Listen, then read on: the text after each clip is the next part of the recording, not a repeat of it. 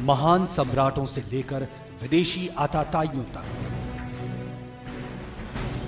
विस्तारवाद से लेकर साम्राज्यवाद तक इस देश ने सब कुछ झेला और देखा।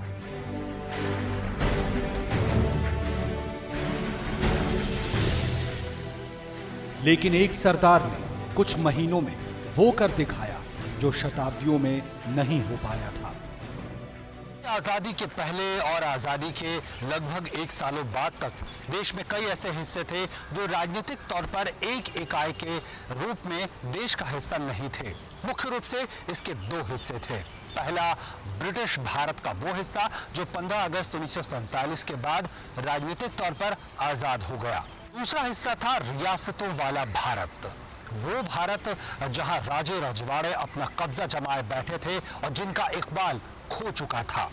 रियासतों वाले इस भारत में लगभग 564 से ज्यादा ऐसे हिस्से थे जो भारत का हिस्सा नहीं थे, यानी देश अभी भी टुकड़ों में बटा हुआ था।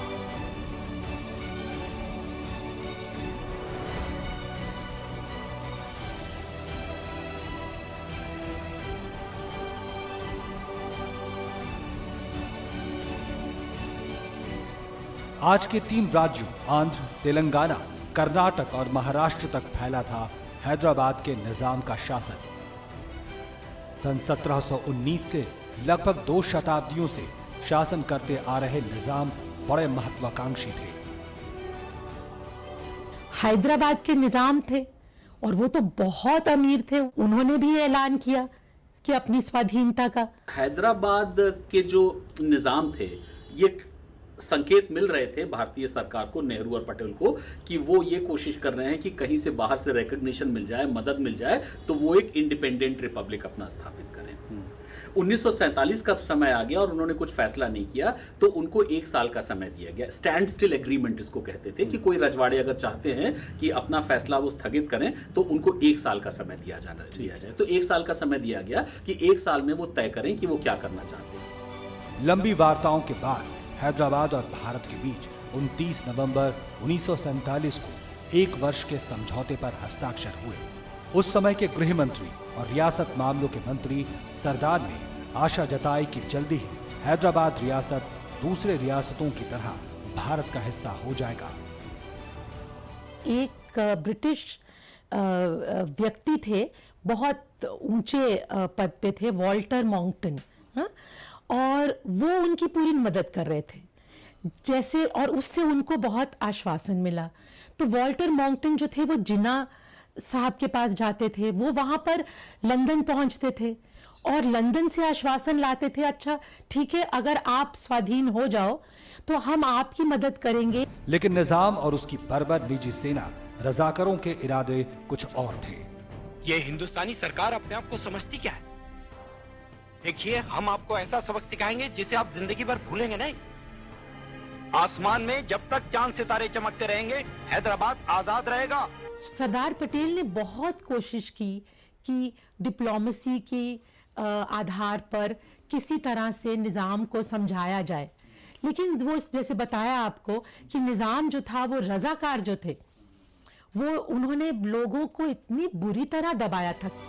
हैदराबाद रियासत में हिंसा, उत्पीड़न का नंगा खेल मासूम जनता पर चल रहा था और सरदार के सब्र का प्याला अब छलक चुका था। कोई चारा नहीं था। अंत में 1 साल तक कोशिश होती रही कि ये आराम तलबी से ये आ जाएं यूनियन में। जब नहीं हुआ तो फिर सन 48 में नेहरू की भी इसमें सहमति थी। सरदार पटेल ने इसका ऑर्डर दिया, क्योंकि वो होम मिनिस्टर थे, आप जानते हैं, तो उन्होंने इसका ऑर्डर दिया और ये पूरा आर्मी का जो एक ऑपरेशन था वो बहुत सफलता से किया गया। 13 सितंबर 1948 को भारतीय सेना का अभियान शुरू हुआ।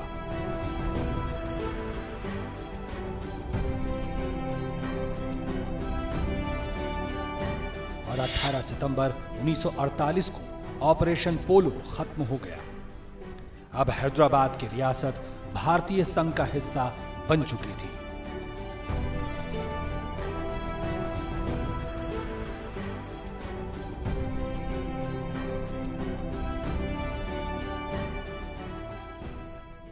कई जो राजा थे जिनके थोड़े एम्बिशंस जाग गए, उनको ये लगना लगा कि शायद हम इंडिपेंडेंट भी रह सकते हैं। तो इसी तरह जम्मू कश्मीर में थोड़ा सा जो शुरू में डिफिकल्टी हुआ, फिर हैदराबाद में जो डिफिकल्टी हुई, फिर थोड़ा बहुत ये ट्रैवनकोर वाले जो महाराजा थे, उनके एक प्राइम मिनिस्टर थे, उनको भी थोड़े एम्बिशन हो गए कि क्या पता हम थोड़ा एक इंडिपेंडेंट स्टेट की तरह रह सके। तो इस वक्त जो सरदार पटेल का रोल था, आजादी के इमीडिएटली पहले उन्होंने काम करना शुरू किया। 565 रजवाड़े थे, सारे के सारे लोग शौकिया अपनी मर्जी से नहीं आए थे। बहुत सारे टैक्टिक्स और स्ट्रेटजी अपनाई गई, कभी उनको धमकी दी गई, कभी उनको बहलाया फुसलाया गया, कभी उनको लालच दिया गया। कहा तो यह भी गया कि अंग्रेजों ने रियासतों के बारे में जानबूझकर ऐसे प्रावधान रखे जिससे भ्रम की स्थिति बनी रहे। हालांकि ज्यादातर रजवाड़े भारतीय संघ का हिस्सा बनना चाहते थे, लेकिन कुछ महत्वपूर्ण इलाकों का रियासत, उनके नवाब या फिर रजवाड़े ऐसे थे जो पाकिस्तान से मिल रहे लालच के कारण या फिर अपनी झूठी शान शौकत के चक्कर में फंसे हुए थे। ऐसे में जरूरत थी एक क्रांति की, और वो हुई भी, लेकिन वो क्रांति थी रक्तहीन क्रांति। ब्रिटिश इंडिया हम हैंड ओवर कर रहे हैं कांग्रेस को, ठीक है, हाँ? और राजवाड़े जो है, इनका अलग रिलेशनशिप है हमारे साथ, ये ब्रिटिश क्राउन के साथ है, ये ब्रिटिश सरकार के साथ नहीं है। इस तरह की फाइन ट्यूनिंग करके उन्होंने कहा कि अब ये डिसाइड करेंगे कि ये क्या करना चाहते हैं।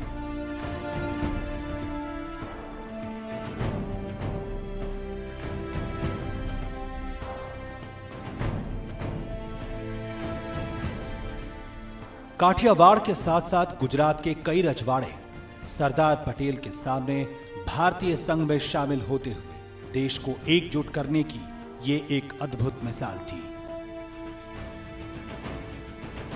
तो एक तरह से जो इंटीग्रेशन था, ये वो प्रजामंडल आंदोलन का जो डिमांड थी कि रिस्पॉन्सिबल गवर्नमेंट होनी चाहिए, इलेक्टेड रिप्रेजेंटेटिव्स होने चाहिए, जो उनके नुमाइंदे हैं वो राजा नहीं अपॉइंट करेगा। सरदार वल्लभ भाई पटेल के बारे में एक बार मैनचेस्टर गार्जियन अखबार ने लिखा था, एक ही व्यक्ति विद्रोही और राजनीतिज्ञ के रूप में कभी कभी ही सफल होता है, परंतु इस संबंध में पटेल अपवाद थे। सरदार पटेल पर यह टिप्पणी बिल्कुल सही साबित हुई। पार्टीशन, रिफ्यूजी का आना और छोटे छोटे कम से कम 600 से ज्यादा प्रिंसली स्टेट्स में बटा हिंदुस्तान, और उसको कंसोलिडेट करके इमर्जिंग राष्ट्र का रूप देना, जो कि सरदार पटेल कर पाए, ये बहुत महत्वपूर्ण है। और इसी आधार, ये एक तरह से एक आधारशिला बनी, एक नींव बनी, जिस पर कि independent composite state, secular socialist democratic राष्ट्र का निर्माण हो पाया। और इसी दिशा में डेवलपमेंट, इस डेवलपमेंट की दिशा ये जो अपनाई, ये इसका नींव सरदार पटेल ने रखा। तब भी और आज भी सरदार पटेल द्वारा 564 से ज्यादा रियासतों का एकीकरण कर भारत का हिस्सा बनाना विश्व इतिहास का एक आश्चर्य था। बहुत सारे स्टेट्स में खुद गए और जो महाराजा थे, वहाँ के नवाब थे, निजाम थे, सबसे मिलके बात करी और उनको ये समझाया कि जब आज़ादी हो जाएगी कि तुम्हारे लिए इंडिपेंडेंट रहना पॉसिबल नहीं है, आपको यहाँ इंडिया या पाकिस्तान ज्वाइन करना पड़ेगा। कंटिन्यूटी भी एक है, जो भारत के टेरिटरी के अंदर आते हैं वो तो भारत के साथ ही रहेंगे। अब जैसे हैदराबाद है, वो भारत के अंदर एक कहीं और किसी पाकिस्तान तो नहीं ज्वाइन कर सकता या कोई इंडिपेंडेंट तो नहीं रह सकता। तो ये सब उनको समझाया। जूनागढ़ रियासत, जिसके नवाब को कहते हैं जिन्ना ने उकसाया था, लेकिन सरदार ने ऐसी रणनीति बनाई कि वो सब छोड़ छाड़ पाकिस्तान भाग गया। जूनागढ़ में का तो एग्जाम्पल आप लीजिएगा तो स्ट्रैटेजिकली और जियोग्राफिकली भी पॉसिबल नहीं था, क्योंकि एक चीज दिमाग में रखनी थी, क्योंकि ये रीऑर्गेनाइजेशन ऑफ स्टेट था, ये पार्टीशन नहीं था। और उसमें जो जियोग्राफिकल लोकेशन था जूनागढ़ का, चारों तरफ से तो बाकी ऐसे स्टेट से सराउंडेड था जो कि इंडियन डोमिनियन को एग्री कर रहे थे, ज्वाइन कर रहे थे। उसमें जूनागढ़ अलग से पाकिस्तान डोमिनियन की तरफ नवाब ने साइन कर दिया। वहां पर भी सरदार पटेल ने यही कहा, अगर उनके पत्र हम पढ़ें तो बहुत ही यहाँ पे कूटनीति का इस्तेमाल किया। वहां भी ये कहा उन्होंने, कहा देखो जरा सा इशारा मैं UN देबर को करूंगा, जो कि प्रजामंडल के नेता थे, और या कि मैं बस वो रुके हुए हैं, मैंने उनको रोका है। स्वतंत्रता मिलते ही त्रावणकोर के राजा ने भी अपनी स्वतंत्रता की घोषणा कर दी थी, लेकिन इन राजाओं की हेकड़ी जल्दी ही निकल गई। ट्रावणकोर के राजा थे, जैसे ट्रावणकोर के राजा इतने खराब नहीं थे, उनके दीवान थे सीपी रामास्वामी अय्यर, जिनका नाक भी कट गया था, इतना लोगों का उनके खिलाफ वो रोष था।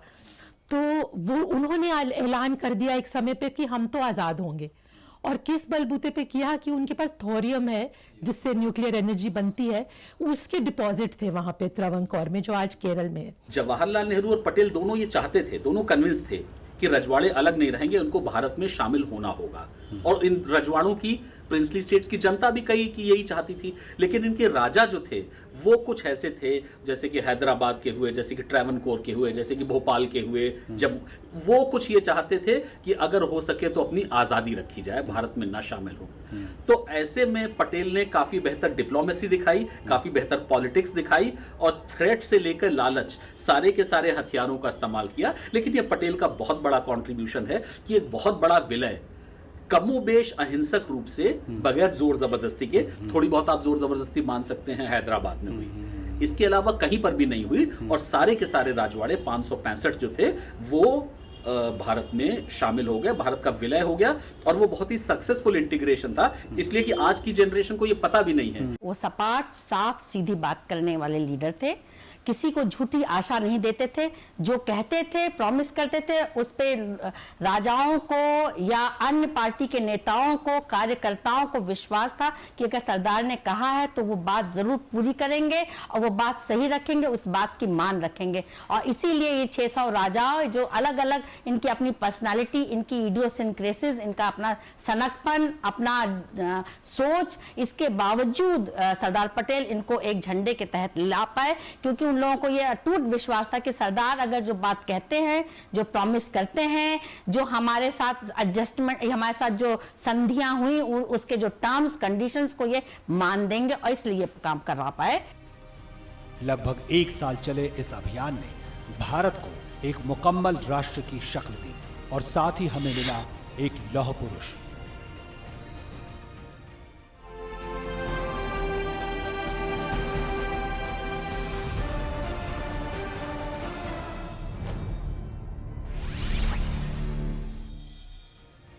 लौह पुरुष यानी इंसानी शरीर के अंदर लोहे जैसा जज्बा, और इस जज्बे ने न सिर्फ देश को भौगोलिक रूप से एक किया, बल्कि इसने भावनात्मक रूप से भी एकता के मोती पिरोए। भारत के पहले उप प्रधानमंत्री सरदार पटेल अपनी प्रशासनिक क्षमताओं के लिए भी जाने जाते हैं, और इसी का एक उदाहरण है कि उन्होंने भारतीय प्रशासनिक सेवा को नया रूप दिया। लेकिन आखिर पटेल सरदार कैसे बने? आइए देखते हैं इसकी कहानी।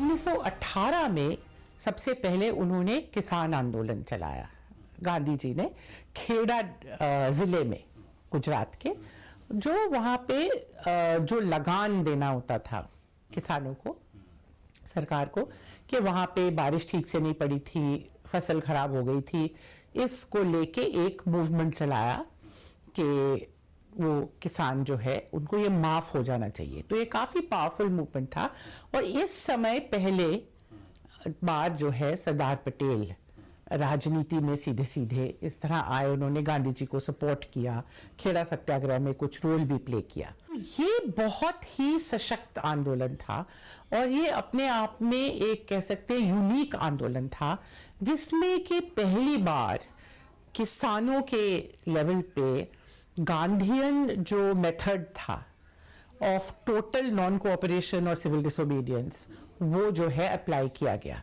और एकदम पूरा शांतिपूर्ण आंदोलन था। आप ऐसे कह सकते हैं कि उस तालुका के 99% लोग जो थे उस आंदोलन के साथ थे। अभी के गुजरात में सूरत का बारदोली तालुका, जहां भयंकर सूखा तो किसानों को चूस ही रहा था, ऐसे में अंग्रेजों ने लगान बढ़ाकर 30% तक कर दिया।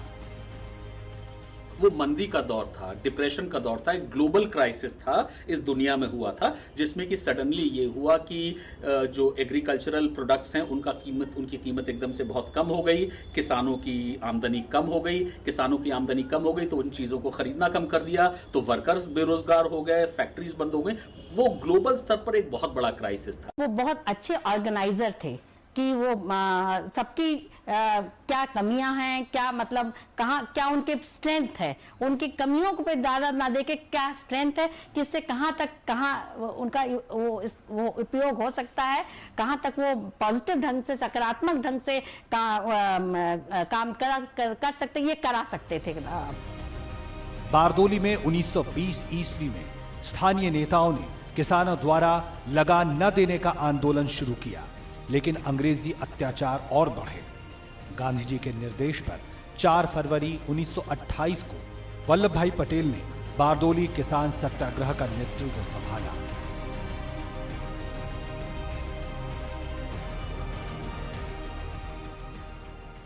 पहले ये लीडर थे जिन्होंने गांधी जी के सिद्धांतों पे एक बहुत सफल किसान आंदोलन बारदोली के रूप में किया और ये दिखलाया कि वो किसान या भारत के जनता जिसको कि शिक्षित, जो पॉलिटिकल, लेकिन कितने सक्सेसफुली वो गांधी जी के सिद्धांतों पे वो खरे उतरे और एक सक्सेसफुल आंदोलन करने में सफल रहे। अंग्रेजों को पटेल ने घुटने टेकने पर मजबूर कर दिया। ब्रितानी सरकार ने लगान 30% से घटाकर 6% तक कर दिया। इसी आंदोलन ने वल्लभ भाई पटेल को बना दिया सरदार।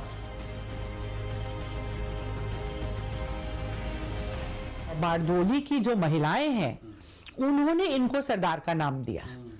पहले इनको सरदार पटेल नहीं कहते थे, वल्लभ भाई पटेल कहते थे, पर लोग इनको सरदार, लीडर, ये हमारे सरदार हैं, जो ये कहेंगे हम मानने को तैयार है। ये वहां की महिलाओं ने इनको, ये गांव की महिलाओं ने उनको ये नाम दिया। कहां पर आंदोलन को रोका जाए, कहां पर स्लो डाउन किया जाए, कहां पे बढ़ाया जाए, लोगों की कुर्बानी देने की क्षमता, उसका एक आकलन किया जाए कितनी है। वो लिमिटलेस नहीं हो सकती, उसकी एक हद होती है, वो असीमित नहीं होती है। उसकी क्या सीमा है और उसकी सीमा को आप किस हद तक आप टैप करने जा रहे हैं। ये सरदार पटेल की राजनीति की बहुत बड़ी विशेषता थी जो उन्होंने ट्राई आउट की बारडोली के अपने आंदोलन में। सरदार एक किसान परिवार से आते थे, लेकिन विदेश में बैरिस्ट्री पढ़ाई करने के बाद जब अहमदाबाद लौटे तो अहमदाबाद में उनकी वकालत बेहतरीन चल रही थी।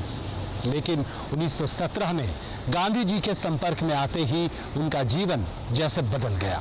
पटेल गांधी जी के अहिंसा के सिद्धांत को पूरी तरह न मानते हुए भी अंत तक निकटतम सहयोगी बने रहे और उन्होंने गांधी जी की तरह अंग्रेजी कपड़े छोड़ आम लोगों जैसी जीवन शैली अपनाई, या कहे किसानों जैसी जीवन शैली को आत्मसात किया। सरदार वल्लभ भाई पटेल का जन्म 31 अक्टूबर 1875 को नाडियाड, गुजरात में हुआ था। स्कूली शिक्षा गुजरात में ही ली, लेकिन आगे की पढ़ाई के लिए अगस्त 1910 में लंदन की यात्रा की और वकालत की पढ़ाई पूरी की और फरवरी 1913 में भारत लौटकर वो अहमदाबाद में एक बड़े बैरिस्टर बने। असहयोग आंदोलन शुरू हुआ 1920 में, तो गुजरात में उस आंदोलन में सरदार पटेल जो है पहली रैंक के, पहले दर्जे के लीडर उसमें उभरे। वो जो असहयोग आंदोलन था जो 1920 से 1922 तक चलाया गया, उसमें उन्होंने बहुत अहम भूमिका निभाई, पर और भी कई लीडर थे जो उनके बराबर के उस वक्त थे। सरदार पटेल 1920 के दशक में गांधी जी के सत्याग्रह आंदोलन के समय कांग्रेस में शामिल हुए।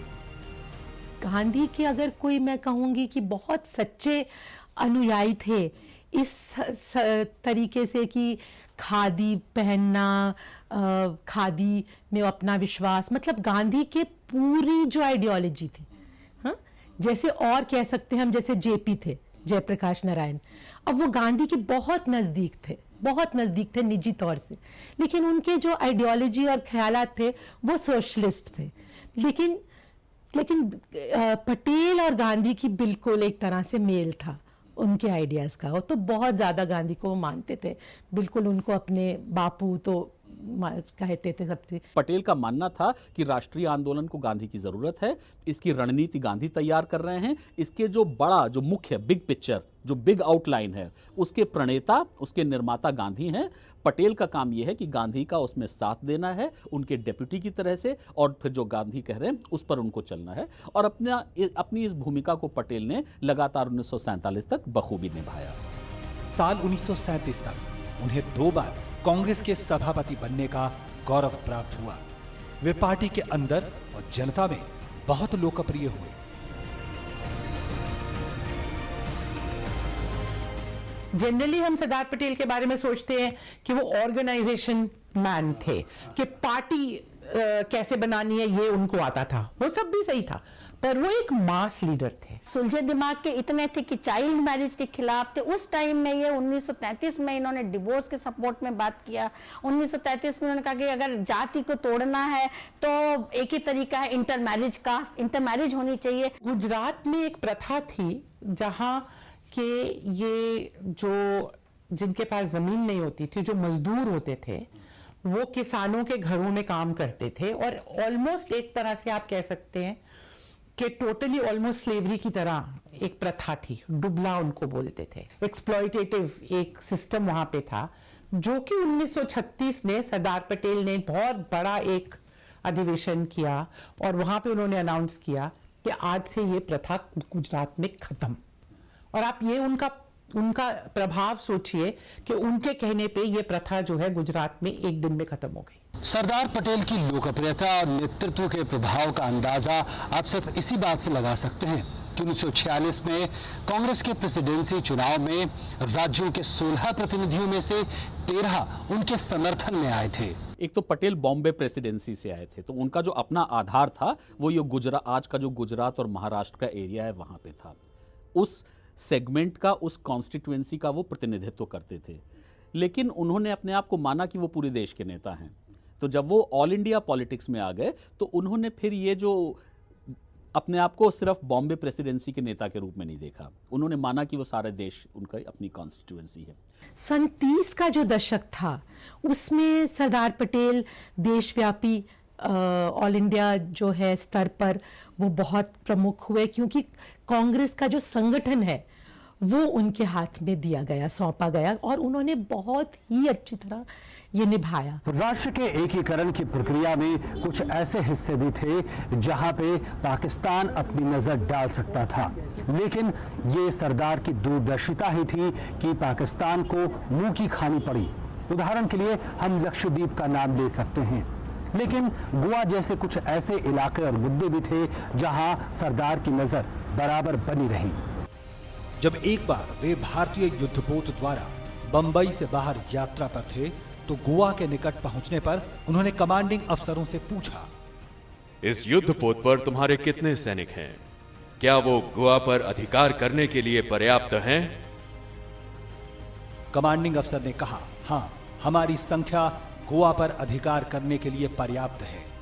फिर अंत में सरदार ने कहा, चलो वापस चलो। लौह पुरुष सरदार पटेल सच्चे मायनों में राष्ट्रीय एकता के अद्भुत शिल्पी थे, लेकिन उनके बारे में अक्सर कहा जाता है कि वो बर्फ से ढके एक ज्वालामुखी थे। अपनी मृत्यु से 1 महीने पहले ही सरदार पटेल ने अपनी एक चिट्ठी में चीन से उठने वाली आशंकाओं का खुलासा किया था। हाँ, ये सही है कि इन्होंने चिट्ठी लिखी थी और इसमें ये कहा था कि हमारा फ्यूचर, हमको सतर्क हो जाना चाहिए। फ्यूचर जो हमारा है वो फ्यूचर कन्फ्रंटेशन हमारा पाकिस्तान को रख करके नहीं, जो डिफेंस की अब प्लानिंग करनी होगी वो पाकिस्तान को दिमाग में रख के नहीं बल्कि चीन को दिमाग में रख करके, जिसका परिणाम 1962 की चीन के हाथों पराजय के रूप में हुई। यहां तक कि तिब्बत के मामले पर उनकी आशंका बाद में सही साबित हुई। कुछ विवादित मसलों में से एक कश्मीर का मुद्दा भी था, जिसका हल आज भी कई स्तरों पर तलाशा जा रहा है। कुछ ऐसे ही सवालों को हमारे सामने छोड़कर सरदार 15 दिसंबर 1950 को सुबह 76 साल की उम्र में हमें छोड़कर चल दिए।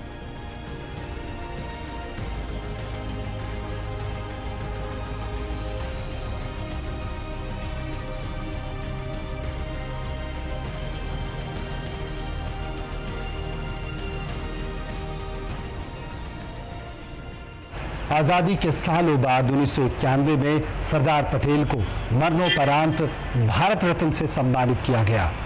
लेकिन सवाल यह है कि आज भी पटेल हमें क्यों जरूरी लगते हैं? क्यों ऐसा लगता है कि उनकी आज भी जरूरत है? क्या इसलिए कि सांप्रदायिकता आज भी गाहे बगाहे अपना सिर उठा लेती है? क्या इसलिए कि आज भी उत्तर पूर्व से लेकर कश्मीर तक कई इलाकों में संघर्ष की छाया दिखती है? ऐसे में सरदार पटेल ज्यादा याद आते हैं। एकता की वो मूर्ति आज ज्यादा प्रासंगिक दिखती है। क्या हम उन्हें सुन रहे हैं?